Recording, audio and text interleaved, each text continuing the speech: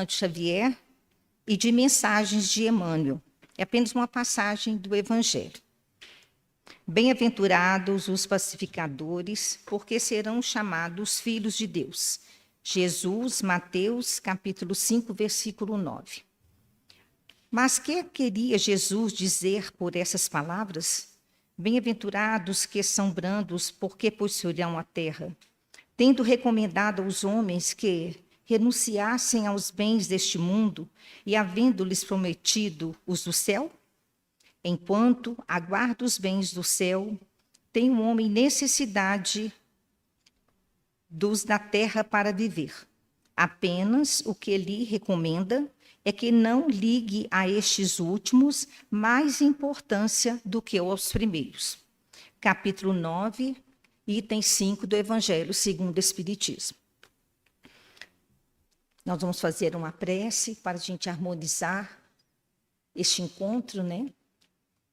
Rogando a Deus, a Jesus, à espiritualidade amiga aqui presente, aos nossos amigos aqui, encarnados e desencarnados. Viemos essa noite, Senhor, à tua casa, para participar do banquete de luz, de aprendizado do seu Evangelho. Envolva-nos, Senhor, a todos nós, em paz, harmonia, em saúde a todos nós. Envolva também, Senhor, o palestrante da noite, Sr. Gersino Dutra, que ele possa sentir as energias salutares desse ambiente, renovadoras e intuitivas, diante da sua palavra, que ele vai nos trazer.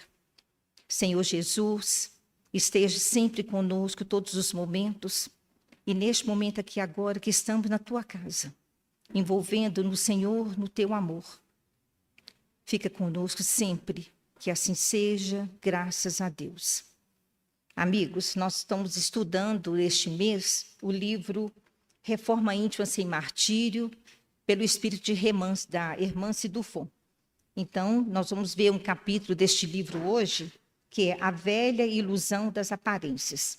E quem vai trazer para nós o capítulo é o nosso amigo Gersino, nosso companheiro de muito tempo da casa, né, Gersino? Que é com muito prazer que nós o recebemos aqui. Jesus abençoe e proteja. Boa noite a todos, da paz e muita luz. Estamos na incumbência de falar de um assunto delicado, né? Reforma íntima. É um trem que a gente fala muito, né? Mas é complicado, às vezes, a gente tocar nesse assunto, porque implica numa mudança no nosso interior, né? E o capítulo que é mencionado, ele usa como referência o capítulo 9 do Evangelho segundo o Espiritismo, o item 6, né? O tópico 6. E nesse Evangelho, a primeira coisa que a gente vê, até tem uma referência que ela falou de Mateus 9, nós temos o Mateus 5, né? Que Jesus fala assim, bem-aventurados os mansos, porque herdarão a terra.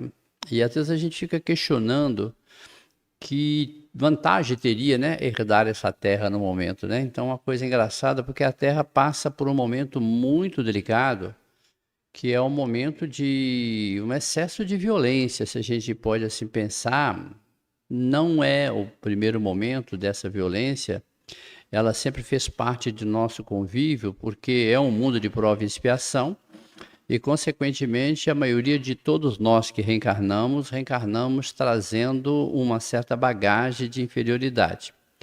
Então, o assunto, quando ele vai falar para nós sobre reforma íntima, seria a primeira preocupação nossa a gente pensar que reforma é quando a gente percebe que alguma coisa está errada e que a gente precisa substituir aquilo, retirar, no caso, alguma coisa errada e substituir por uma coisa nova, moderna, melhor. E aí a primeira pergunta que às vezes a gente tem dificuldade de responder é: o que em mim eu tenho que mudar? O que dentro de mim eu tenho que transformar, né?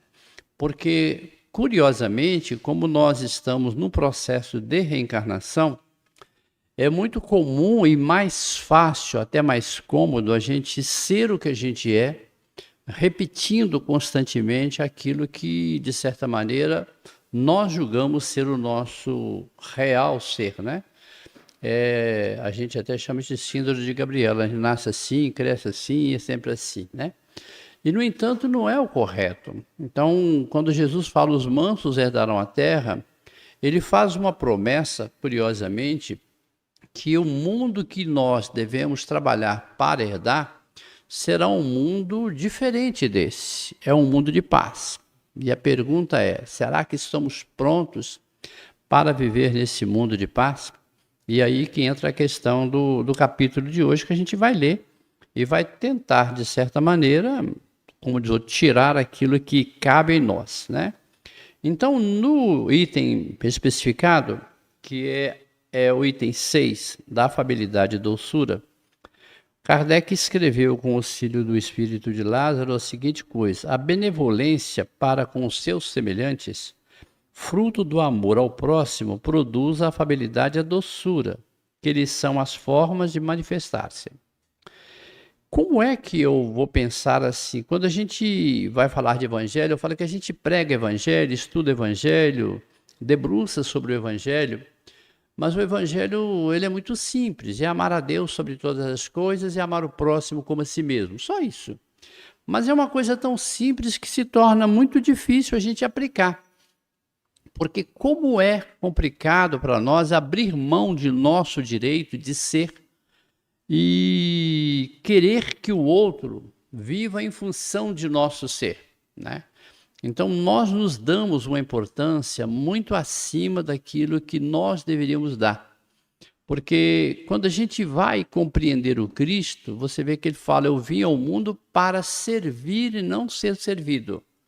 E nós constantemente nos pegamos exigindo dos outros que nos sirvam a tempo e a hora em todas as nossas necessidades. Começando desde nossos pais, né? E de nossos trabalho, nossos vizinhos, parentes e quando mais velhos, de nossos filhos.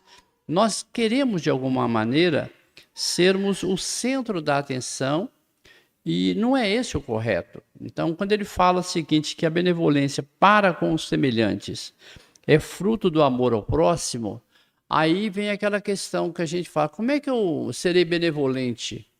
Como é que eu seria capaz de compreender a fragilidade do outro, quando em mim impera o orgulho, impera a vaidade e a ambição? Então, é essa reforma que a gente tem que começar a pensar.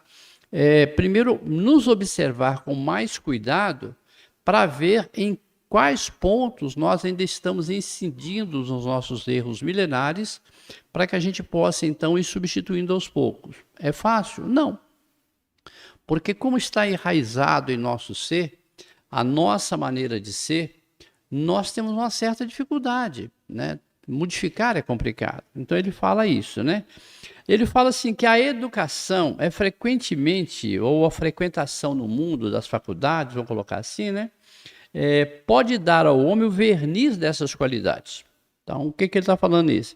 Quando a gente conhece uma pessoa que, de certa maneira, está graduado, por exemplo, no estudo, a gente tem a ideia e a presunção de que aquela pessoa seja mais educada, seja mais gentil, mais isso, mais aquilo. Quando, na verdade, não é, né? Esse é um verniz que é dado àquela pessoa e, no entanto, quando a gente vai conviver com a pessoa, a gente percebe que aquela educação não faz dela um ser melhor, né? Pode fazer-se um ser mais instruído na chamada educação normal dos colégios, mas o que nós estamos buscando aqui é a educação do espírito. E é difícil a gente conviver com uma pessoa e depois de um certo tempo de convívio a gente continuar pensando que aquela pessoa é uma pessoa calma, educada, tranquila, uma pessoa de todos os verniz que nós estamos buscando, que é esse lado espiritual. Então, quando nós estamos pensando nesse lado que Jesus está colocando, é que nós temos que entender, nós estamos nos educando para ser cidadão deste mundo? Não. Nós estamos nos educando para sermos cidadão de um mundo melhorado, mais qualificado, mais elaborado. Isso vai acontecer agora? Não. Provavelmente só na próxima encarnação que nós vamos usufruir disso. Talvez, porque a gente tem informação que este mundo de regeneração, ele começa a ser implantado em nosso reino por volta de 2057, mas é uma implantação inicial do mundo de regeneração. E ele ainda vai gastar mais ou menos 1000 anos para poder se estabelecer. Então nós ainda teremos 10 encarnações, provavelmente, vivendo neste mundo, para que a gente possa falar agora é um mundo realmente regenerado. E Kardec chama isso, tanto na Gênese como no final do Livro dos Espíritos, todos os dois no final, que ele fala que é um período de convalescência. Então ele fala que serão seres que estão reencarnando, ainda trazendo em si algumas mazelas que eles não conseguiram abrir mãos dela para começar a implantar. Qual que é a diferença? A diferença é que não haverá mais espaço para aqueles que estão eternizados ou enraizados no mal. Aqueles espíritos que hoje às vezes nos assusta quando a gente vê na mídia os atos de atrocidades que eles cometem. Não está errado. Tem gente que fala comigo assim, mas parece que o mundo está pior. Tá. Porque era uma necessidade que esses seres que estavam há muito tempo aprisionados nas regiões umbralinas reencarnassem para terem a última oportunidade ou a última chance de regenerarem-se. Então foi dado a esses espíritos, com o aumento da população global, a possibilidade de estar encarnado nesses últimos períodos que nós estamos vivendo. Por isso que nós temos essa ideia de que parece que o mal está crescendo. É igual uma pessoa falando, Gessino, mas e a guerra? Eu falei, gente, guerra Israel e Napoleão, aquilo, desde que eu entendo, desde que eu li a Bíblia, aquilo existe, né? E você vai ver que cada um que promove a guerra cria um karma dentro dele, depois reencarna para pagar aquele karma, outros, né? Então há uma mudança constante de população, no sentido espiritual, mas o ódio continua imperando. Então está tudo normal, porque é eles que têm que resgatar entre si as suas próprias dívidas. Então isso nós temos que entender. Aí Kardec continua, através de Lázaro, falando, quantos há cuja fingida bonomia não passa de máscaras para o exterior, e que de uma roupagem cujo tole primoroso dissimula deformidades interiores, quer dizer, eles estão fingindo. O mundo está cheio dessas criaturas que têm os lábios um sorriso e o coração veneno, e que são brandos, desde que nada lhe agaste, mas que morde a menor contrariedade. Então, o que ele está falando? São aquelas pessoas que a gente costuma falar que parecem boazinhas, né? Pessoas que nós convivemos às vezes, né? Até dentro da casa espíritas, e que estão ali naquele verniz, né? Manipulando as informações, trazendo-nos uma imagem falsa da sua real personalidade, mas quando qualquer coisa escapa àquilo que ela determinou como correto para ela, ela se transforma completamente. Então são aquelas pessoas que o pessoal costuma falar que é pessoal de estupim curto, né? Qualquer coisinha faz com que ela exploda a sua real personalidade. E, curiosamente, é muito difícil nós mantermos constantemente a aparência de uma pessoa calma, gentil, educada, serena, quando o nosso interior não condiz com essa realidade. É como se a gente estivesse constantemente numa guerra quase desenfreada, onde aquele lobo feroz deseja se manifestar e a gente não está alimentando ele para ver se ele enfraquece, mas ele está dentro de nós. Então há uma dificuldade. Ele fala que eles têm nos lábios um sorriso, mas o coração está cheio de veneno. Então é curioso isso, né? Então a pessoa tem aquele verniz de simplicidade, de humildade, mas quando você vai ver, não é, né? Então ele coloca isso aqui para a gente entender. Então ele continua falando, nunca, desde que nada lhe agaste, mas morde a menor contrariedade, cuja língua de ouro, quando fala pela frente, muda como dardos peçonhentos quando estão por detrás. Né? Eu lembro de uma velhinha que tem nesses TikToks da vida, que o famoso assim, eu tenho uma fofoquinha. Eu falo, não gosto de fofoca não. Né? Aí passa por quê? Qual que é o assunto? Quer dizer, mais ou menos assim, a gente está doido para fazer uma fofoquinha, mas tentando segurar, né? Eu tenho uma irmã que ela fala comigo, não puxa minha língua hoje não. Então, ela está doida para falar. Isso é normal. Isso faz parte da nossa própria situação que encontramos, né? Então ele fala assim, a essa classe de pessoas, de homens, que ele chama que pertence esses homens de exterior benigno, que tiranos domésticos fazem suas famílias e seus subordinados lhe sofram o peso do orgulho e do nepotismo. Ele fala assim, como a querem disfarçar do constrangimento que fora de casa, muitas das vezes, quando eles vão ser violentos, eles são chamados à responsabilidade, não se atrevendo a usar de autoridade para com estranhos, usa da sua violência em casa. Então ele fala aqui, eu mando e sou obedecido. E Lázaro acrescenta, e poderia acrescentar, e sou detestado.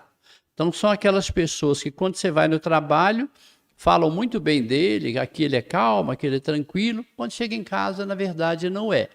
Então ele fala que essas pessoas não conseguem sustentar. Lá fora eles são obrigados.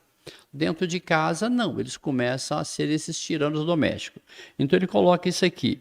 E rematando, ele usa o que lá no livro do Reforma Íntima Sem Martírio ele usou.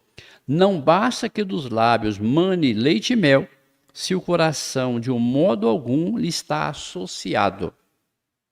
Só há hipocrisia, e aquele cuja afabilidade e doçura não passa, não são fingidas, nunca se desmentem.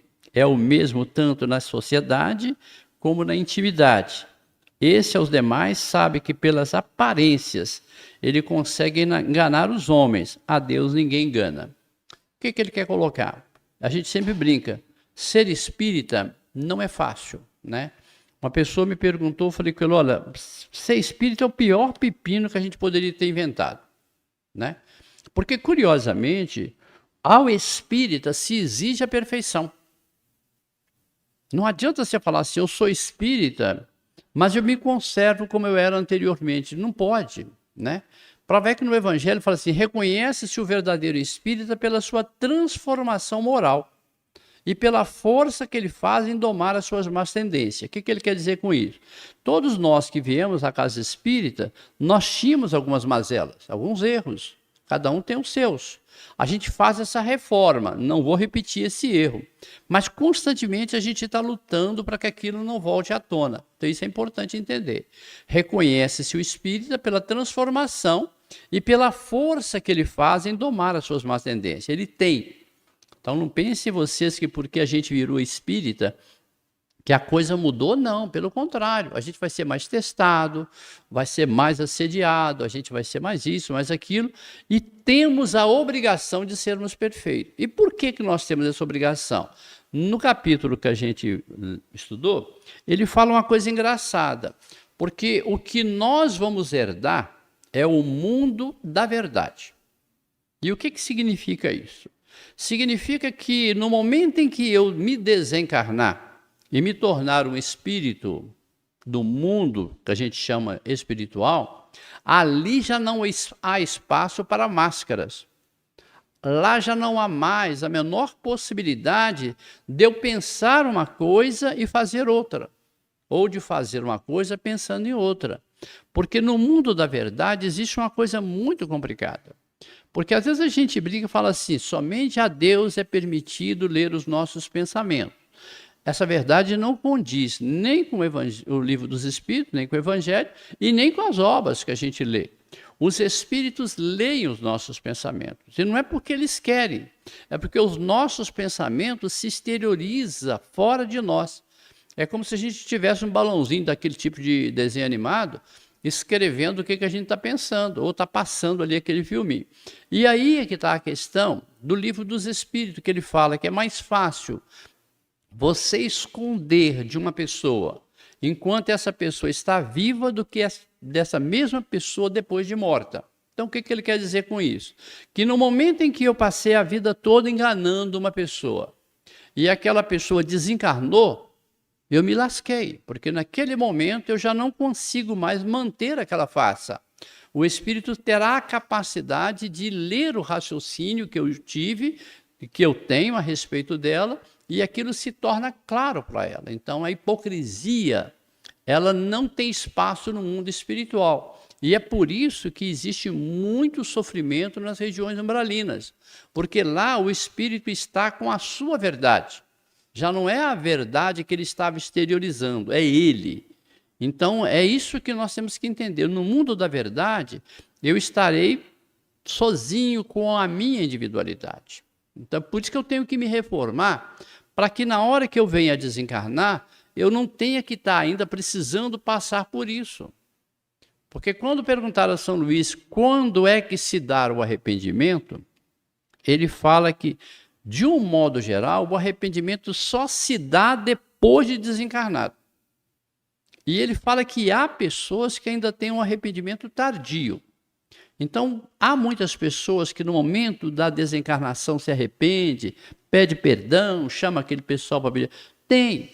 Mas tem muitos que ainda desencarnam na sua arrogância e só mesmo depois, quando ele percebe que a vida não terminou com a morte, que as consequências lhe advêm, é que ele vai então começar a pensar neste remorso para se arrepender. Então, se nós pudermos fazer essa reforma interior nossa de tal maneira que a gente consiga chegar no final bem mais tranquilo, como diz Emmanuel, sem nenhum pensamento de ódio de ninguém e que ninguém tenha nenhum pensamento de ódio contra nós, seria o ideal. Mas a pergunta é, isso é fácil?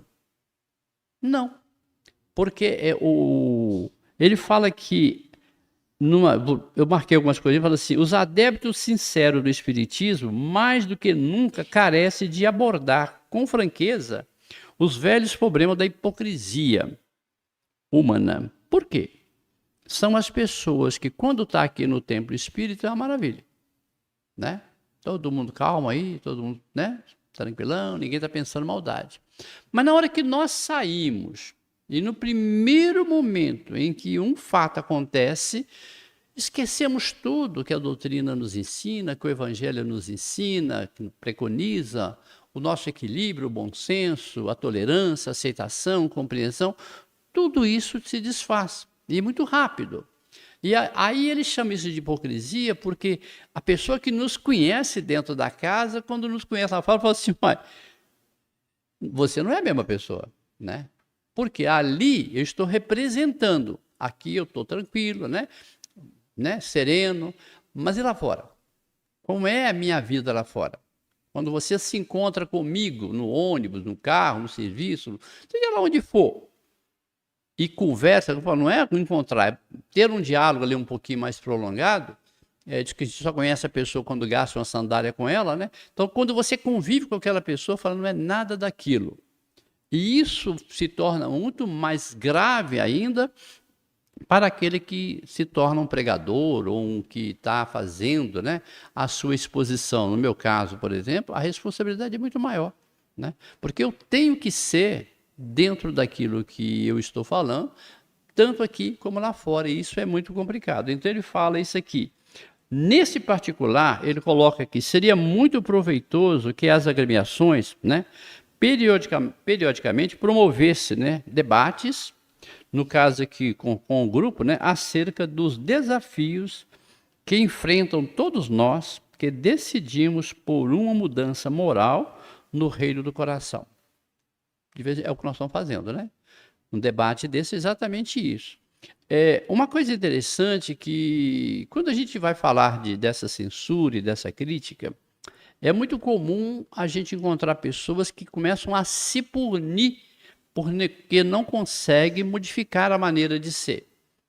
E ele vai dizer uma coisa interessante, que como isso é um vício milenar, que a gente não se faz o homem ou a mulher na vida presente nessa encarnação, né? Prova é que você vê crianças que nascem com inveja, com ciúme, com orgulho, um punhado de coisa, crianças, né, de 5 anos, que você consegue perceber nas entrelinhas do seu relacionamento vícios de pessoas adultas. Então, por que ela tem aquilo? É porque o pai... Não, é porque ele traz no espírito. De onde nós trazemos isso? De vidas passadas, né? De onde que nós trouxemos isso? Daqueles momentos em que muitas das vezes a gente teve uma vida, por exemplo, de autoridade, fortuna, sei lá o que foi, e desenvolvemos um pensamento, uma lógica de viver totalmente em desarmonia com o ambiente que nós estamos hoje. Então a gente quer se transformar, mas no fundo a gente ainda é arrastado para os mesmos vícios. O André chama isso de clichês mentais, ou seja, são aquelas coisas que têm força dentro de nós. Eu não quero fazer isso, né? Mas eu tenho que mudar. Eu brinco muito e falo o seguinte, da encarnação passada, o que eu lembro assim, com muita nitidez é boemia, né? Fala assim, cabaré, essas coisas assim. Eu lembro disso com muita nitidez. Prova é que eu morri por causa disso, fui assassinado voltando de um cabaré. Eu costumo brincar, até hoje, quando eu escuto as músicas de cabaré, a coisa treme dentro de mim, eu tenho que estar me segurando, né, para não entrar no ritmo, né? Então, esse é o ponto. Então, a fraqueza minha está ali. Então, eu tenho que perceber quais são as minhas fraquezas para que eu não me deixe contaminar por ela. E cada um tem a sua. Então, ele coloca isso, que é importante que a gente promova esse debate. Qual que é a sua fraqueza? O que você precisa mais de ajuda? Quais são os livros que eu poderia indicar para melhorar isso? Porque muitas das vezes, quando nós lemos alguma coisa ou ouvimos uma história e percebemos nas entrelinhas daquele relato aquilo que nós precisamos mudar. Então, às vezes, a gente não acha importante. Às vezes, um filme que você assiste contamina você, né? Cuidado com o que a gente assiste, cuidado com as músicas que a gente ouve, né? É igual eu falo, hoje a gente tem sem crítica, mas tem hora que me assusta uns funk meio pesadão, né? Não vou falar pesadão, não, de toneladas, né? Que tem uns funk que, pelo amor de Deus. Mas ele tem ali um atrativo no ritmo, né? Então, quando você assusta que não, seu corpo treme junto com aquilo, você nem sabe por quê, mas porque aquilo foi pensado para te contaminar. A frequência cardíaca da música está lá, né? O batido é proposital, né? Eu costumo falar, tem batido que é batuque de índio, do tempo que nós éramos índios mesmo, né? Então, ele tem um atrativo, então a gente tem que ter cuidado. Então, o filme, a música, né? Os programas que a gente vai assistir, televisão hoje está difícil a gente assistir, TV aberta, porque, pelo amor de Deus, você vai na hora do almoço, cada crime que eles contam na hora do almoço, que eu falei, estou almoçando, né? A gente tem que deixar de existir, né? Então, assistir. Então, está colocado aqui. Então, ele fala que, de certa maneira, seria bom, né? Acerca dos desafios que enfrentamos todos nós e que decidimos por uma mudança moral no reino do coração. Lembra daquela história que Jesus fala assim, eu vim implantar o reino, né? No Boas Novas, no capítulo 4. Aí o cara fala, mas como é que quem vai te ajudar nisso? Você fala, eu conto com a boa vontade do homem, porque eu vim implantar o reino de Deus no coração do homem. Né? Então, o Cristo não está preocupado em implantar um reino dentro de uma igreja, não, é dentro do homem, é no coração do homem. Então, é dentro de mim que tem que ter um pensamento bem forte, porque ele é que vai ser a minha censura. Então, quando eu pensar uma coisa e for falar uma coisa, eu tenho que frear aquilo, porque entre o pensamento e o falar tem um tempo. E esse tempo foi dado para que a gente não fale. Porque depois de falar, não tem mais jeito, né? Então, isso é interessante pensar. E não é muito ficar rezando muito, né? Eu costumo falar que tem gente que reza o dia inteirinho, né? No primeiro momento que ela para de rezar, ela está falando mal dos outros. Então, não adianta nada. Não é pelo muito orar, não é por muito frequentar uma casa espírita, não é por fazer muitas obras sociais. Eu faço campanha do quilo, eu faço isso, faço aquilo. Isso não altera nada. Isso não vai conduzir você ao reino de Deus, porque o reino de Deus tem que estar dentro de você. Às vezes você está ali fazendo mais para aparecer do que você realmente deseja. Então, muito cuidado com isso, né? Então, ele fala aqui, tem uma coisa que ele chama aqui, o chamado vício da satisfação, né? Será que eu preciso, né? Será que a minha vida tem que ser plena? Eu tenho que estar eternamente feliz? Eu lembro de um dado interessante que ele fala que uma menina tenta suicídio, não sei se você viu, isso é real, a história é real. Então ela é socorrida no hospital E quando ela está lá na UTI, lá, entra um médico, e o médico mostra para ela o eletrocardiograma, né, aquele né, o coração lá, e fala com ela, você está vendo isso aqui? Tem altos e baixos. Se ele ficar uma linha só, você morreu. Né? Ou seja, ele fala assim, a vida ela é feita de altos e baixos. Então, todos nós temos momentos de alegria, temos momentos de tristeza, temos momentos que a gente fica realmente decepcionado. Essa semana mesmo eu falei com a Viu, não, está difícil engolir, viu? Porque uma decepção assim, a pessoa, você estava esperando, a pessoa vem e te decepciona, né? Aí você fala, na casa espírita, você fala, puxa vida, não aprendeu nada. Eu só falo isso, não aprendeu nada. Mas você tem que respirar e ainda tem que guardar aquilo para você e tentar ajudar. Mas porque você espera da pessoa mais do que ela pode te ofertar. Esse é o grande erro nosso. Então essa satisfação que ele fala, esse vício, continua escravizando o mundo, no caso interior do próprio homem. Então nós continuamos, de certa maneira, meio desse vício ou escravizado nessa ideia de que nós temos que ser felizes. E, curiosamente, são os momentos mais complicados de nossa vida que mais nos ensina. Né? Os momentos críticos de nossa vida. Tem até um experimento muito interessante que eles colocam 3 bolinhas num trilho, não sei se vocês já viram, 3 esferas, e uma está numa linha retinha, descendo, e a outra está em altos e baixos. Na hora que ele solta as 3 bolinhas, todo mundo pensa assim, aqui está em linha reta, vai chegar mais rápido, né? Não é. Aquela que desce, ganha embalo e sobe, chega muito mais rápido que aquela que vai serenamente seguindo a sua trilha. O que ele quer dizer com isso? O experimento nos fala que é nesses altos e baixos que a gente vai realmente evoluir mais. Então, temos que ter cuidado, não é só ser feliz. A hora que estiver triste, bom também. Né? Tá doente? Melhor ainda, está experimentando alguma coisa. Então, é esse ponto que nós temos que entender de que às vezes é difícil. Então, ele fala assim, noções primárias, inconsequentes, como o novo desenvolver do sagrado, patrimônios da virtude que se mantinha, no caso, vou usar assim, adormecido na nossa vida superexcitante do ser. Então, ele está colocando aqui que o desenvolver do sagrado é como se estivesse adormecido. Eu costumo falar assim, o evangelho está sendo pregado no mundo há 2000 anos. Né? Todos nós já reencarnamos nesse período algumas vezes. Vou chutar aí pelo menos umas 10 vezes, né? Talvez mais, nesses 2000 anos. A pergunta é, por que nós não abraçamos o evangelho nas vidas passadas? Será que não ouvimos falar dele? O evangelho sempre foi pregado. Ele sempre chegou a nós, de uma maneira ou de outra, numa religião ou noutra. A pergunta é por que nós não seguimos? Será que nós não tivemos no tempo de Francisco de Assis? Tivemos. Não ouvimos falar do Francisco? Ouvimos. Né?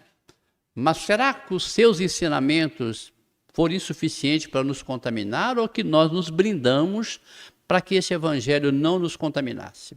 Essa é a pergunta, né? Então, o evangelho agora faz algum sentido para nós, depois de amadurecido pelos próprios percalços do caminho. A pergunta que vem agora, o que eu estou fazendo com isso? Né? Eu lembro do conselho de Francisco para os seus discípulos, e de pregar o evangelho. Se preciso for, use da palavra. O que ele quer dizer com isso? O evangelho é pregado não por palavras, mas por ações. Né? Então, é o seu modo de ser, é o seu modo de agir. Quando você se torna uma pessoa que se destaca, alguém pergunta que religião que ele é. Né? Então, aí sim prevalece o evangelho. Caso contrário, não. Né? Então, ele coloca aqui que a hipocrisia é um hábito humano adquirido, né, de aparentar o que não está em razão da necessidade da aprovação num grupo social que convivemos, intencional ou não. Então ele fala que a hipocrisia, dessa maneira de nós darmos a impressão que somos uma coisa e que na verdade somos outra, é fruto de uma relação humana antiga, então de outras vidas. E nós trouxemos ela, de certa maneira, e que não está na razão da necessidade da aprovação nossa, mas nós preocupamos muito com a aprovação do grupo social a qual nós pertencemos. Então, por isso que muitas das vezes nós damos a impressão para aquele grupo que nós somos uma coisa, quando na verdade não somos, né? É igual a gente brinca, você não bebe, mas senta num grupo que todo mundo está acostumado no seu happy hour, você fala, pô, se eu não dar, né? Se eu não beber, eu vou acabar ficando antipático, né? Essas coisas assim. Acabou. Eu, por exemplo, quando eu fui mandado embora de emprego só uma vez na minha vida, com 53 anos. Sabe qual justificativa que o rapaz falou para mim? Você não bebe uma cerveja com a gente, por um botequim? Porque muito dos discussão do trabalho era feito lá na hora da bebida. Eu não estava lá, discutiram a minha demissão, eu não estava lá para me defender, né? Não tem problema, né? Mas porque eu nunca quis me contaminar com aquilo. Havia convites? É lógico. Mas aquilo não corresponde à minha realidade. Eu poderia mascarar aquilo para ser mais aceito naquele grupo? Poderia. É o que ele está colocando. Então ele chama isso de uma patologia antiga, né? É uma doença, né, que nós trazemos da necessidade de estarmos em grupo e ser bem aceito por esse grupo. Então, às vezes, a gente começa a ser um ser falso e que nós temos que estar nos vigiando constantemente na representação daquela maneira que nós estamos interpretando. Eu não sou aquilo, eu não gosto de beber, eu não gosto de fumar, eu não gosto disso, né? Eu não gosto daquilo, né? Então, curiosamente, né, tem até um outro menino assim, como é que é? Festa de noite, 8 horas, tem que ir mesmo, quer dizer, a pessoa não quer ir, né? Mas há um apelo, né, para que a gente se misture nesse processo, né? Só que ele fala aqui que isso pode ser intencional ou não. Por quê? Há pessoas que fazem isso com uma certa intenção, outros não. Né? Então ele fala assim, é um fenômeno profundo nas suas raízes emocionais psíquicas que envolve particularidades pacíficas de cada criatura, mas que podemos conceituar como atitudes, né, de similar, antes de tudo, para nós mesmos, uma imagem do ideal. Eu começo a construir em mim a imagem do ser que deveria ser ideal. A pergunta é, será que eu tenho uma necessidade de ser perfeito? Não. Eu tenho que ser autêntico. Então, eu não tenho que ser perfeito. Eu tenho um punhado de defeitos. Quem convive comigo sabe, né? Mas eu não estou preocupado em me parecer perfeito com... Não tem essa necessidade. Eu não quero...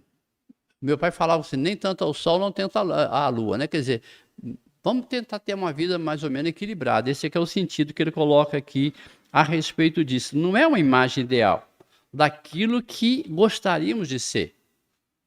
Difícil definir os limites entre o desejo sincero de aperfeiçoar-se em direção a esse do eu ideal. Eu quero a perfeição. Para nós espírita, o objetivo nosso, né, tem até um texto do André que é interessante. A gente tem que pensar nisso. Quando a gente está lendo Missionários da Luz, ele vai fazer aquele estudo lá no departamento de reencarnação e ele percebe aquele pessoal com aqueles canudos, né, com os mapas da reencarnação. E há uma discussão entre dois lá, um fala com o outro assim, vê se dessa vez você volta como completista. Aí o André estranhou aquela palavra completista e pergunta, o que significa isso? Aí o mentor vai falar com ele assim, o completista é aquele que está indo para uma reencarnação com esse projeto, né? E ele volta com o projeto concluído. Aí o que ele vai colocar? Você vai reencarnar para viver 80 anos. Então você tem que voltar 80 anos. Você reencarnou para casar. Vai casar e ficar até o final. Você reencarnou para ter 5 filhos. Tenho 5 filhos. Porque a gente vai alterando isso quando está encarnado, né?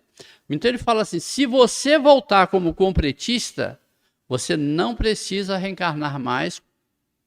Vou falar na marra, né? Pode reencarnar quando quiser. Você adquiriu a liberdade plena de reencarnar quando quer. A pergunta é, conseguimos fazer isso?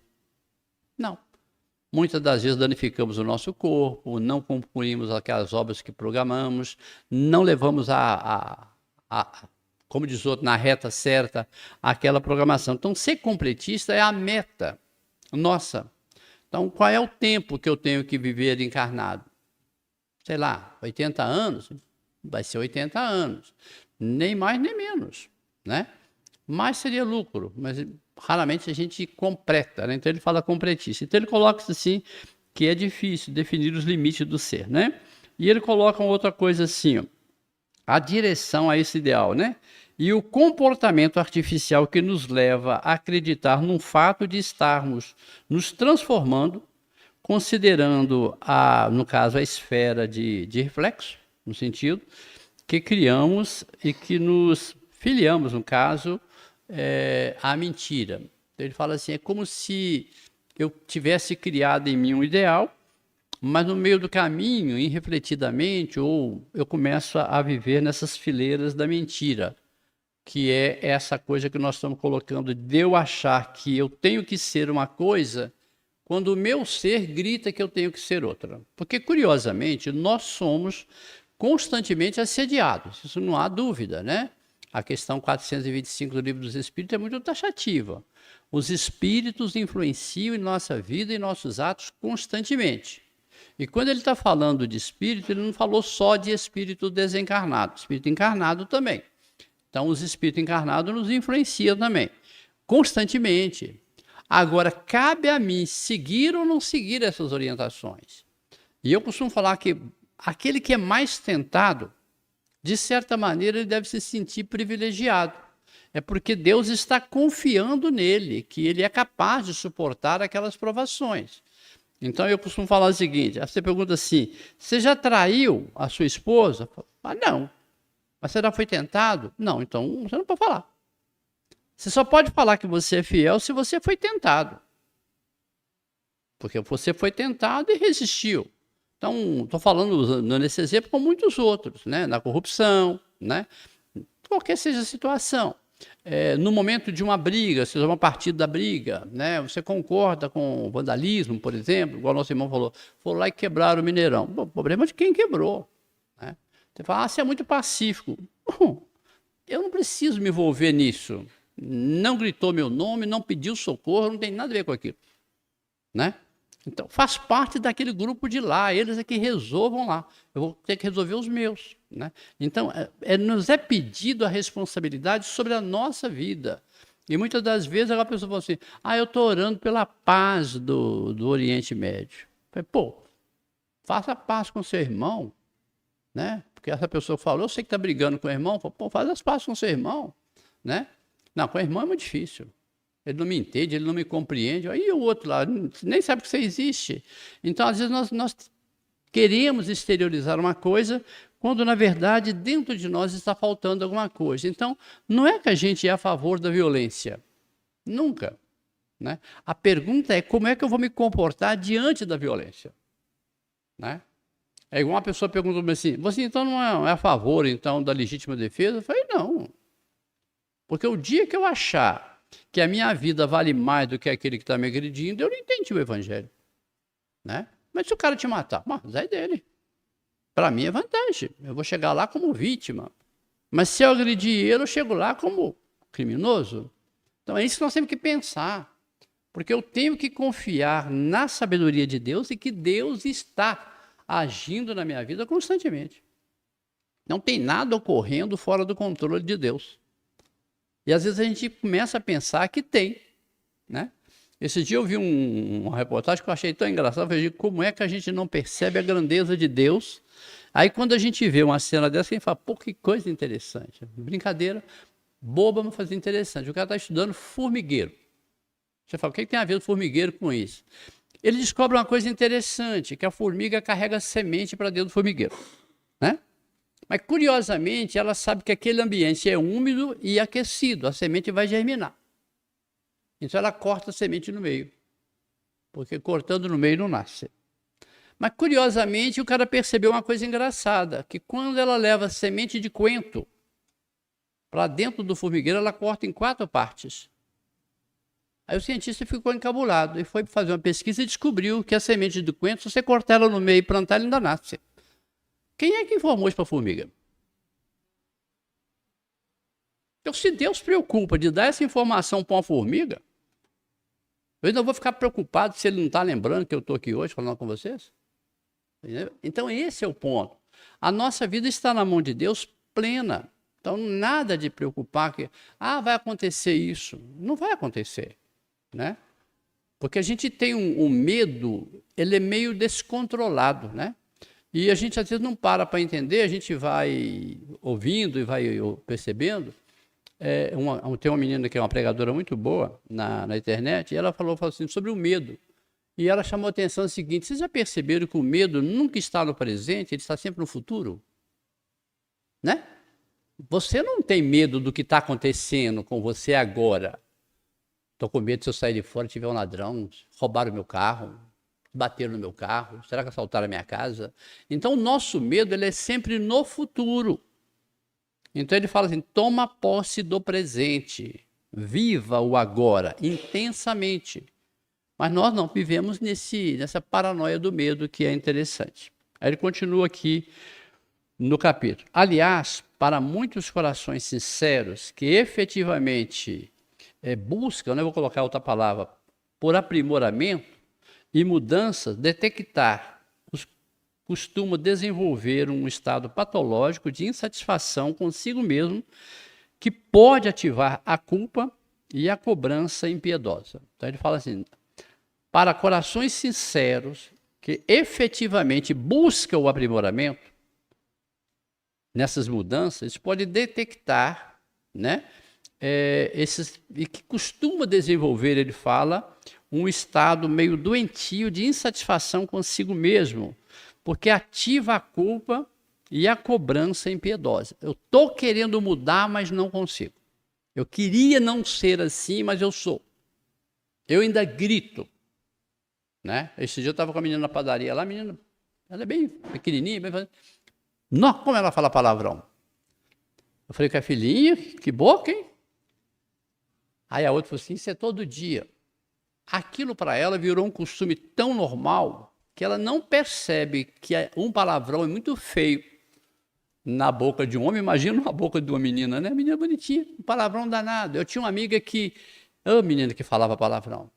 Pelo amor de Deus, para com isso. Dentro da casa espírita, na reunião mediúnica, quando ela assustava, tá aqui. Eu falei, pelo amor de Deus, aqui não. Gastou 2 anos para ela parar de falar palavrões. Aquilo para ela era normal, né? Eu tinha um amigo que foi até vereador de Belo Horizonte. Nossa Senhora! O que é aquilo? Eu falei, como é que você vai candidatar a vereador desse jeito? Ele falou, não, lá eu me policio. Não tem jeito, né? De hora para outra escapa, porque aquilo virou hábito. Então ele coloca que as pessoas que querem mudar, elas podem criar um estado de culpa muito forte em si, ao ponto de virar quase que uma doença. Nada de desespero. Não te dá salto nessa transformação do ser. Deus não espera de nós que nós, ao desencarnarmos, sejamos santos. Não. O que eles esperam de nós é que a gente chegue lá melhor do que nós chegamos. Se nós conseguirmos, já está bom. Tem coisas que a gente vai fazer as prestações. Cada encarnação a gente melhora um pouquinho. Não há pressa para Deus. Porque às vezes a gente fica pensando que Deus está com pressa. Deus não está com pressa. Por quê? Porque Ele tem a favor de si o tempo. O tempo é dele. Então, quando Ele falou, arrependei-vos porque o reino de Deus está próximo, João gritava isso no Rio Jordão, a gente falou, bom, até hoje não chegou. Mas a gente não leu no Salmo 90 que para Deus 1000 anos é como um dia, e um dia para Deus é como 1000. Para Deus não altera. Então, para Ele está próximo, porque é daqui a 2000 anos, né? 2 dias de Deus, para nós é que é complicado. Então, ele fala que nada de apavorar. Instala-se assim um cruel sistema mental de inaceitação de si mesmo, e que ruma para os mais habituais das camuflagens, que é a hipocrisia, a negação e a fuga. Então a gente começa a negar aquilo que a gente é. né? Eu não sou assim, não, né? É igual aquela pessoa, eu detesto fofoca, fulano é que é fofoqueiro.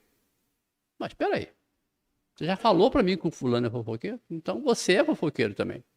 Mas a pessoa tenta negar aquilo, ela é. Né? Deixa ela no tempo dela. E nós temos que nos aceitar como nós somos, porém com um sinal de alerta muito forte. Eu estou numa encarnação muito importante mesmo. Porque quando a gente faz alguns cálculos matemáticos, em 2015 nós tínhamos 42 anos para 2057. Corresponderia à última hora evangélica. Última hora. Os trabalhadores da última hora, você lembra? Hoje nós temos 36 horas, 36 anos para a gente fazer o que a gente não fez em 6.000 anos. É muito importante essa encarnação. Temos que melhorar muito. Então, não mais nada de entrar em desespero. Não deu para hoje, vai dar amanhã. Eu sou muito nervoso, eu sou muito vaidoso, eu sou muito orgulhoso, né? Eu sou isso, eu sou aquilo, não tem problema. Já reconheceu os seus defeitos? Bom. Porque a partir daquele momento você começa a trabalhar. Então ele fala que nada de caminhar para aquela hipocrisia. Não, eu não sou orgulhoso. É. Eu não sou vaidoso. É. Né? Mas vamos tentar controlar isso, mas sem entrar em paranoia. Não tem nada, não tem obrigação nenhuma de ser perfeito. Né? Eu conheço pessoas que têm 40 anos de casa espírita. Você pergunta a ela assim, o maior medo que eu tenho é de morrer. Eu falei, puxa vida, espírita com medo de morrer tem 40 anos. Eu tinha uma amiga minha que já desencarnou, Terezinha, falando, não, assim, eu tenho medo de morrer, que você não tem noção. Eu falei, Terezinha, e ela era médium de incorporação, de visão. Estou com medo de morrer, né? O Chico também falou que estava com medo de morrer, então a gente não pode falar nada, né? Mas é curioso, né? É curioso. Porque eu tenho uma amiga minha que já fala assim, o espírita verdadeiro mesmo é aquele que o carro dele não morre, desencarna, né? Até o carro nosso desencarna. Esse é o ponto em questão, né?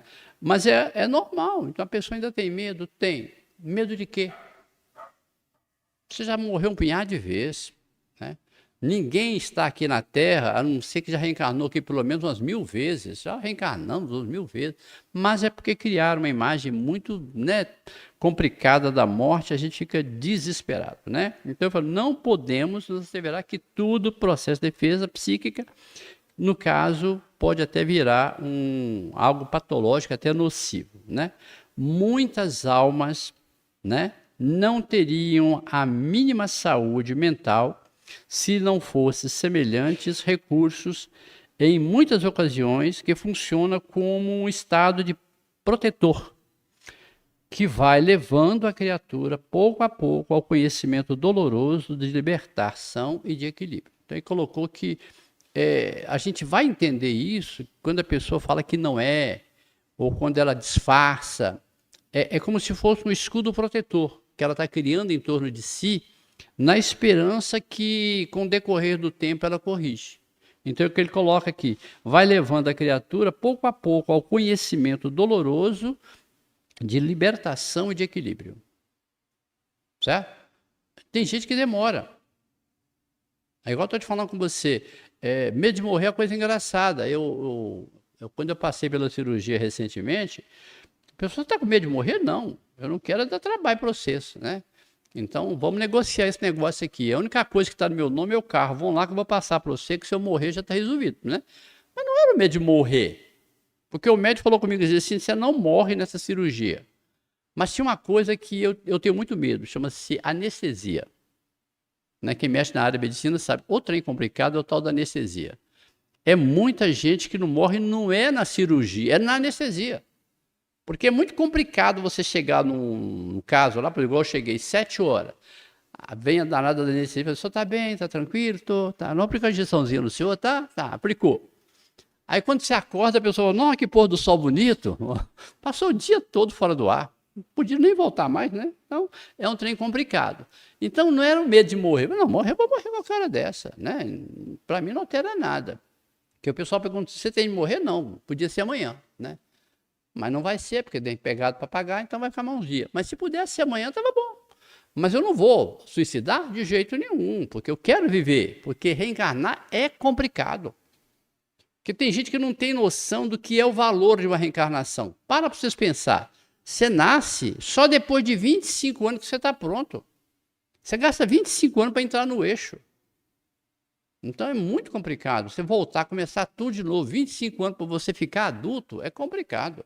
Então vamos aproveitar o máximo que a gente puder e fazer aquilo que a gente puder para melhorar todos os nossos percalços da vida. Então ele coloca isso aqui para a gente entender a respeito disso, dessa libertação e o equilíbrio. No entanto, quando nesse processo existe uma participação intencional de ação que visa impressionar os outros com qualidades que ainda não conquistamos, aí ele coloca assim, principalmente para auferir ou conseguir, né, benefícios, vantagens pessoais, então se estabelece a hipocrisia. Ele está colocando o seguinte, que eu só vou chamar de hipocrisia mesmo, aquele que sabe que não é aquilo, mas finge visando um benefício. Né? Então, igual a promessa de casamento, né? Quando a gente está para casar, a gente faz aquele monte de promessa. Tanto a gente como o outro lado também. Quando começa a caminhar, com as promessas, tudo vai para o buraco, né? Tudo cai por terra. Aquilo era uma tentativa de impressionar, de conquistar. Né? Adoro shopping. Detesto shopping, né? Adoro isso. Não, é igual quando você está namorando, você vai fazer acampamento na chuva com o namorado e com a namorada. Casou, ninguém vai mais. Né? Pescaria, adoro pescaria, não adoro nada. Né? Então, ele está falando que aqui, quando nós fazemos para auferir, no caso, conquistar vantagens pessoais, aí se estabelece a hipocrisia. Eu não me mostro realmente como eu sou. Né? Então, às vezes eu brinco com a Avião e falo assim, você é muito frio. Falo, você sabia disso. Né? Eu ia namorar e voltava um mês depois. Né? Eu namorava uma vez por mês. Por que você não vê? Ah, estava sem vontade. Uma vez por mês ia namorar. Tá bom demais. Né? Eu queria todo dia, eu não tenho paciência para isso não. Né? Quer dizer, já estava acostumada. Aí vocês falam comigo, deu certo? Deu. Fizemos 50 anos há poucos dias de casado. Deu certo. Mas é o meu jeito, né? Você fala, você manda flor para a mulher? Nunca mandei, né? Acho que o melhor coisa que eu mandei foi um anelzinho para ela uma vez, nem lembro mais. Para mim está tudo bem. Também não exige muita coisa dela, não. É o jeito dela ser e acabou. Não posso esperar e nem fingir o que eu não sou, né? Então não há aquele romantismo desenfreado. Mas, puxa vida. Há uma cumplicidade, acho que é muito melhor. Mas há pessoas que são assim, para conquistar, prometem tudo. Né? É igual eu costumo brincar, mulher, por exemplo, que acredita muito em homem, sofre muito, né? Porque o homem é bem fingido. Aí fala, porque é maldade? Não, porque está no DNA dele. Porque desde o tempo da caverna, a gente arrastava pelo cabelo mesmo. Né? Então, está no DNA nosso, de certa maneira, explorar. Estamos tentando mudar? Estamos. Mas é todo mundo? Não. Então, muito cuidado quando você lida com o lado humano do ser humano macho, porque ele tem vou falar assim, uma herança milenar muito negativa nesse aspecto que as mulheres reclamam tanto. Gente, é isso mesmo, né? Então, não tem jeito. Fazer o quê? Vamos tentar equacionar isso. Então, ele coloca isso aqui, que quando nós fazemos isso para estabelecer vantagem, ele chama isso de hipocrisia. Uma ação deliberada de demonstrar atitudes que não correspondem à natureza dos sentimentos em que constitui sua vida afetiva. Então, quando ele faz isso para enganar lá no trabalho, para enganar o patrão, a patroa, a esposa, os filhos, seja lá quem for, se ele faz isso premeditado, pensando naquilo, ele chama isso de hipocrisia. Tá bom? E remata aqui. As vivências sociais humanas com suas exigências, né, materialistas conduzem o homem ao aprendizado dessa hipocrisia. Não é de hoje que nós aprendemos isso, não. Nós viemos aprendendo isso há algum tempo. Né? Desde que a gente entende por gente, a gente está, de certa maneira, aprendendo a ser um pouco hipócrita. Então é o que ele coloca, vamos tentar mudar isso. Então, nós estamos falando de reforma íntima é isso. Eu tenho que me olhar no espelho entender o que eu sou e ver o que eu tenho que mudar. A pergunta é, eu consigo ver os meus erros? Não, eu vejo os erros dos outros.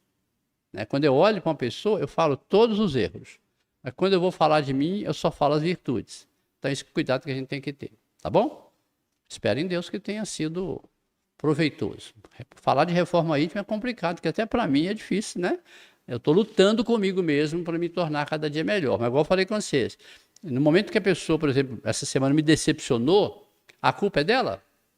Não, minha. Porque eu ainda estou esperando do outro uma coisa que ele não pode ser. Isso é um erro, porque eu tenho que entender que eu estou lidando com seres humanos igual a mim. Por que o Cristo, quando chega na cruz, fala, Pai, perdoa porque eles não sabem o que fazem? Pô, os caras estão matando ele, cuspindo nele, colocando a coroa de espinho. Não sabia o que estava fazendo? Sabia. Mas o que ele fala? Pai, são crianças, não sabem o que estão fazendo. Tá bom? Paz e luz a todos. Obrigado. Passou o tempo, né? Agradecemos ao Gessino, né? Para nos trazer esses esclarecimentos, é muita reflexão. Nós temos que pensar muito em tudo que nós ouvimos aqui hoje, né? Que ele nos trouxe, né? Desvendando para a gente mais um capítulo deste livro da Irmãs, que não é fácil não, né? Não é fácil não, mas a gente tem que tentar. A nossa hora é agora, estamos encarnados agora, e como o Gessino falou, não podemos perder tempo não, né? A gente tem que aproveitar esse tempo que Deus nos deu e que nós pedimos a Ele que foi concedido. Então, diante desses esclarecimentos e desse estudo que a gente vem vendo durante esse mês, a gente tem que refletir muito e procurar, então, essa reforma íntima, essas mudanças. E porque, como ele falou, nós vamos chegar lá, nós vamos estar de frente com a gente mesmo e tem muita coisa que a gente não vai gostar, né? Então, vamos assim. Muito obrigada, Gessino, viu, pelo esclarecimento, pelo estudo, foi maravilhoso. Que a espiritualidade acompanhe no retorno do seu lar. Muito obrigada mesmo, viu? Nós vamos terminar o nosso encontro aqui com o pessoal que está do outro lado, do live, vamos fazer a prece e depois a gente dá os recadinhos que a gente tem que dar. Vamos agradecer a Deus, a Jesus, a oportunidade que foi nos dada essa noite de podermos mais uma vez ouvir os ensinamentos do Cristo, que nos toca, mas que nós precisamos da ação, da vontade e da ação da mudança. Então, são esses esclarecimentos, essas verdades que a gente tem ouvido aqui durante os estudos. Agradecer a oportunidade que essa casa bendita tem nos dado, de estarmos aqui ouvindo o Evangelho, ouvindo as verdades que são necessárias para o nosso dia a dia. Senhor Jesus, abençoe todos nós aqui presentes, encarnados e desencarnados. Toque em nosso coração, Jesus, que cada um possa receber neste momento o lenitivo necessário para o nosso corpo e para o nosso espírito. E toda a água também que foi colocada ali para fluidificar. Que possamos retornar aos nossos lares, hoje mais responsáveis ainda, mas sentindo, Senhor, que é o nosso Consolador e que nós temos que ter mudanças e aprender. Obrigado a todos que estão aqui presentes, obrigada a Jesus por permitir a nossa presença aqui. Fique com Deus e que todos retornem para o lar de vocês, sentindo essa paz dessa casa que ela nos produz. Vamos então, gente.